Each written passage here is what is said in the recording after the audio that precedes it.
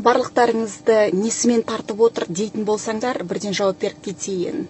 Сексуальный энергиясымен, еркектік сексуальный энергиясымен, өте жоғары либидосымен, шынайылығымен және көзге көрінбейтін бір үлкен жылулығымен. Посмотрите на него. Вот реально сравните. Те, которые делают контент, да, отжимка, отжиманиясымен, бірдемесімен тоже сексуальный бір жігіттер көп қой, не только медиа, да, бізде. Бірақ олар тартпайды, оларға қарасаң бір алдап сігер сияқты ше. Вот медетке қарасаң, почему-то он такой добренький, блядь. Вот добрая душа дейді ғой. Қалап тұрсаң, ладно деп бір от души беретін сияқты ше, бір сені аяп ше құшағына бүйтіп құшақтап, баурап, қанша денелі болғанымен, қаншама там кубик, рубик барлығы бар, я. Бірақ соған қарамастан бір жылулық бар. Байқайсың ба? Бір как будто медет келіп, когда тебе грустно, обнимет. Вот, жаным сол, бір жақсы болады. Дым уайымдамашы, мен сенің қасыңдамын ғой. Дейтін сияқты, бір сенімді өзіңді сезінесің. Как будто бір алдап сікпейтіндей, вот честно. Басқа сондай накачанный, блядь, охуенный типқа қарағанда, вот доверие бар медетке. Сонысымен баурайды. Сонысымен безопасность мы чувствуем. Потому что біздер әйелдердің психологиясында біз просто накачанный сексуальный еркектен қорқамыз, сескенеміз.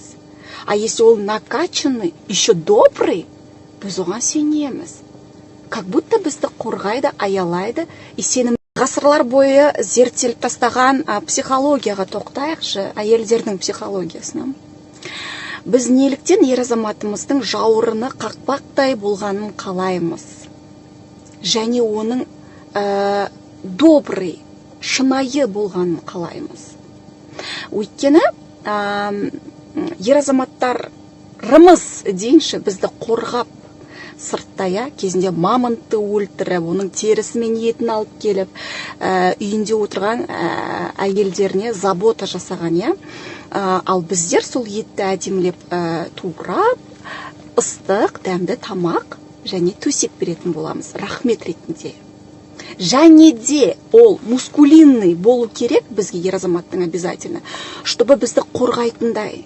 Басқа да жаман ниетті жаңағы жаулардан қорғап, сені аялап отыруы үшін. Бұл база біздер үшін, әйелдер үшін. Біздің жаратылысымыздағы инстинкт. Еркек сырттың, әйел іштің адамы, я? Яғни біз ер азаматты таңдаған кезде неліктен біз оның жауырына, оның бойының ұзындығына, үлкен болса барынша вообще бізге плюс, да, бізге ұнайды. Одан кейін барып неліктен біз оның ақшасына, мінген кезінде атына қараса, қазір мінген машинасына, кезінде үңгірінің болғанына қараса, қазір үйінің болғанына қараймыз, я? Оның барлығы біздің қауіпсіздігіміздің жағдай бар екеніне сенімділік береді. Яғни біз ұрпақты жалғастыруымызға, я, уайымдамай жалғастыруымызға, бала-шағамызды, я, өмірімізді үлкен бір сенімділік береді. Сол үшін де біз осындай ер азаматтарға қараймыз.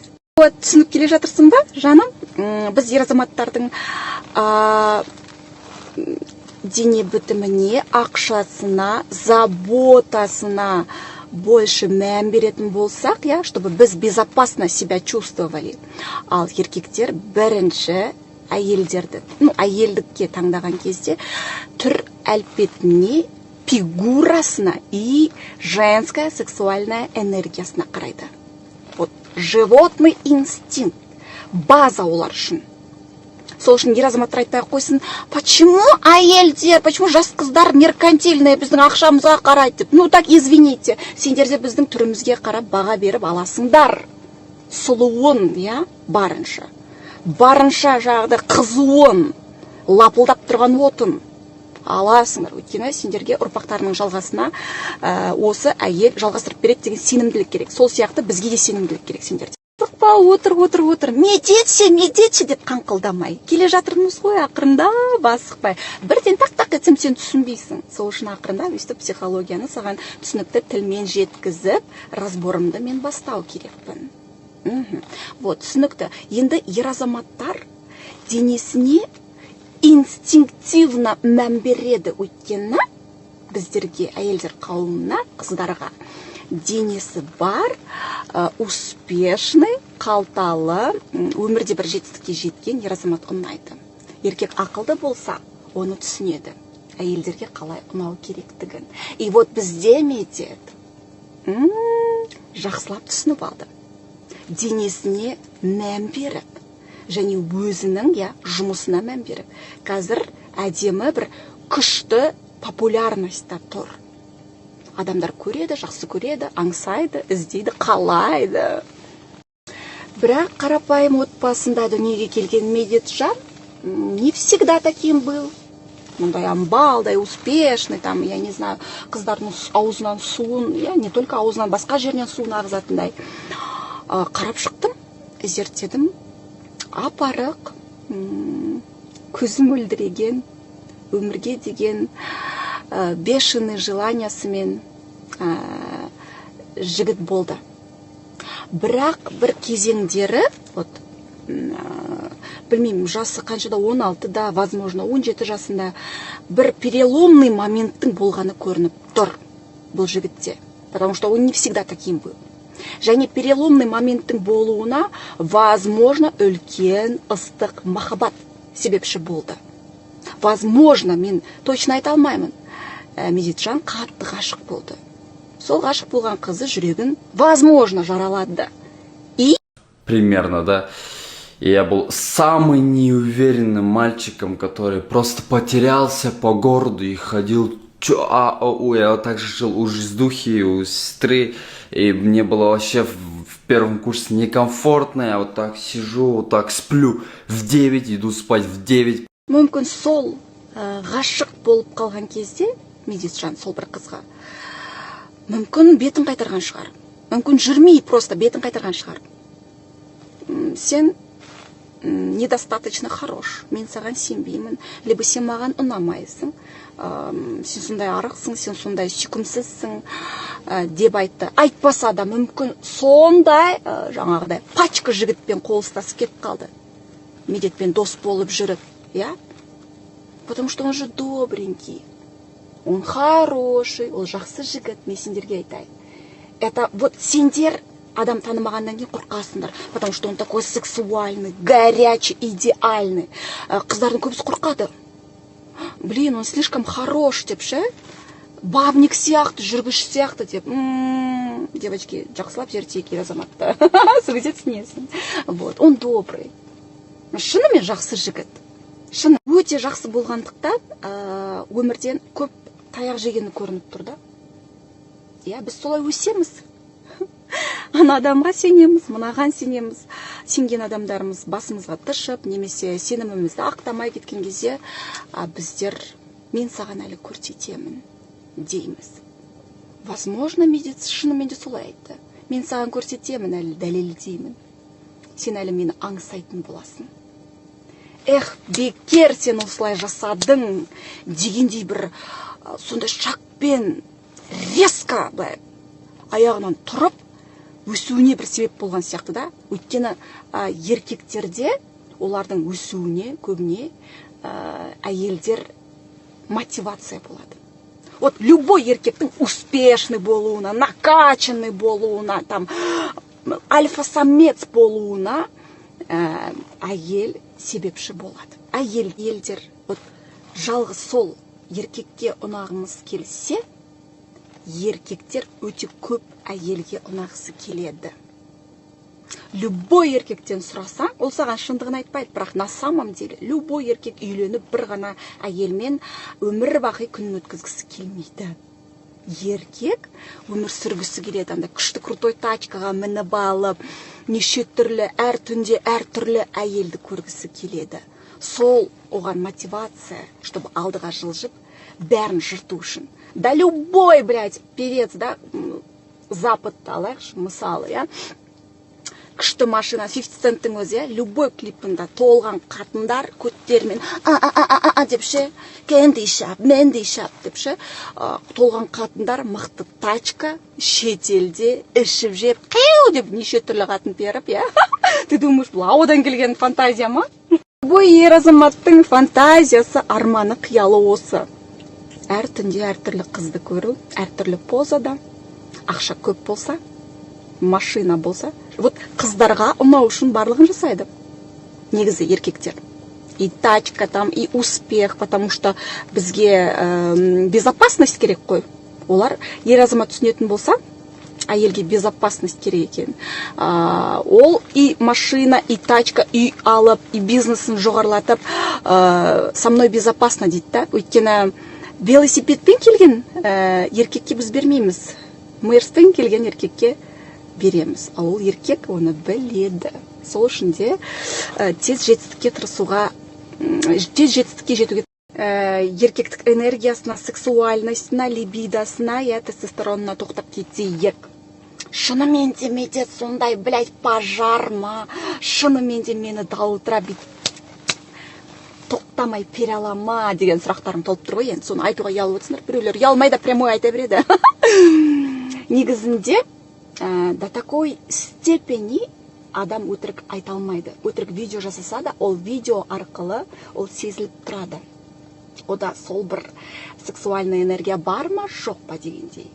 Бізде медетте либидо бешеный. Ну, понятное дело. Спортом занимается, за собой следит, да, и за другими. Вот. Адам өз денсаулығына мән берген сайын, спортпен айналысқан сайын, ода еркектік энергиямен либидо өсе береді. Және де шыдамдылық төсектегі өсе. Натап түсінтістемей-ақ қояйын. Мысалы, көз алдыңда жүрген әншілер, я дейікші, очень такой милый, на-на-на деп ше, ана экраннан ше, ана мен періскін келмейді ғой. Оны мен тек әңгіме айтып, тамсанып, өлеңін тыңдағым келеді да, мысалы. Ал бір еркекке қарасаң, еркектік сексуальный энергиясы камераның бер жағынан шығып тұр ғой. Білет, мен сені шаршамай сізге алам деген сияқты ше. Сол сияқты Медетжанға қарасаң, сен өзіңде түсініп тұрсың. Ол шаршамайтынын, және сені умаждап шаршататын. Бірақ сен шаршамайсың, өйткені саған ұнайды. Өйткені сен оргазмның пикна, потологына жетіп атсың да. Вот. И там с размером тоже все понятно. Ну, видно, жаным. Көрініп тұр. Жуандығы да, ұзындығы да.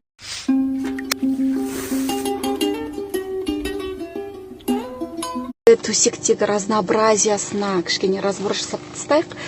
Бұлай қарадым мен ше.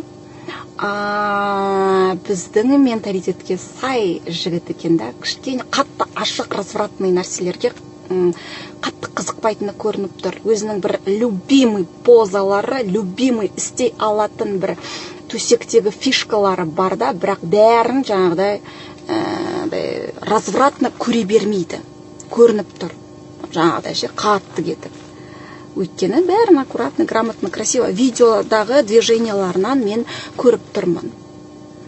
Либидосына, энергиясына, шыдамдылығына, ұзақтығына, ұзындығына, жуандығына тоқтадық. Енді кішігірім психологиялық портрет жасап кетейін. Бұл ер азаматқа көп қыздар суланады. Және оны ол біледі. Медет біледі, что каждый қыз суланатынын, қалайтынын. Бірақ Медет бір рет отқа күйгеннен кейін екінші рет күйгісі келмейтіндігі көрініп тұрды да. Он может там былай сені қандырып жіберуге, бірақ ол оған қалай айтсам болады, ұнамайды да. Оған оның жан жүрегін түсінетін, мінезімен сәйкес келетін, онымен сөйлесетін, душасына үңілетін қыз керек да. Бірақ қанша қызбен сөйлессе де ал қыздар, что-то Медет, деп тұр да енді. Сексуальный болғаннан кейін. Жан дүниесіне үңілетіндер аз болып тұр да. Мінезімен онымен сәйкес келетін қыз жоқ болып тұр да. Мүмкін бар шығар. мүмкін тексеруде шығар. Өйткені бір рет аузы күйгеннен кейін қатты тексеретіні көрініп тұр. Өзіне ұнау керек ол қыз. Мінезі сәйкес келу керек. Және де оның әке-шешесіне ұнау керек. Мен сендерге айтайын, мамсик деп айта алмаймын. Он достаточно самостоятельный. Достаточно самостоятельный. Өйткені мен бұрынғы видеоларын ақтарып шықтым. Қарапайым отбасына дүниеге келгендіктен, қара жұмысты көргендіктен, қарапайым өмірді көргендіктен, қиындықты көргендіктен, қиындықтан қашпайтын ер азамат екені көрініп тұр. Өмірге деген бешеный желаниясымен. Және мақсат қойды ма, оған обязательно жетеді. Түсіп қалса да қайта көтерілетін еркек бұл. Мұндай еркекпен не пропадешь. Просто сен оның мінез құлқын жақсылап түсініп алсаң, және де оны ренжітпейтін болсаң, ол сен үшін барлығына дайын еркек. Мен ер азаматтың әке-шешесімен қарым-қатынасына қарап бірден айта аламын, қандай еркек ол. Әйелдер қауымын сыйлайтын еркек болса, қарындастарын көтермелейтін ер азамат болса, оны сыйлап. Значит, сенімен де ол өте күшті қарым-қатынаста болады. Әке-шешесіне үйде алып берді, оны жасап, не только это камераға да көрініп тұр.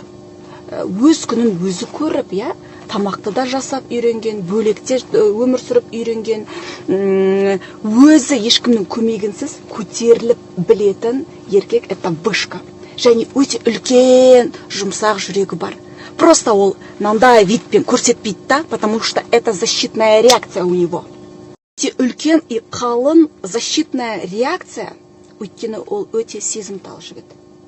Білмеймін, маған қазір медет келіп, өтірік айтасың, мен ондай емеспін десе де мен бар ғой. Көзден, көзінің расположениясы, беті, мимикасы, дене бітімі, жесты. Мен содан ақ анализ жасап отырмын. Әрине мен құдай емеспін, бірақ ғылым мен білімнің арқасында мен осылай выводқа келіп отырмын да. Мен қателесуім мүмкін, хотя вряд ли. Вот. Өте жүрегі жұмсақ, сондықтан да ренішті ұзақ сақтайды. Вот сол ұзақ ренішін сақтағаннан кейін ол бір оны успехқа жетелейді, жетістікке жетелейді. Дәлелдегіш, көрсеткіш, түсіндіріп жеткізгіш та, түсініп жатсың ба? Міне қарашы маған деп. И солай ол үлкен жетістіктерге жетеді.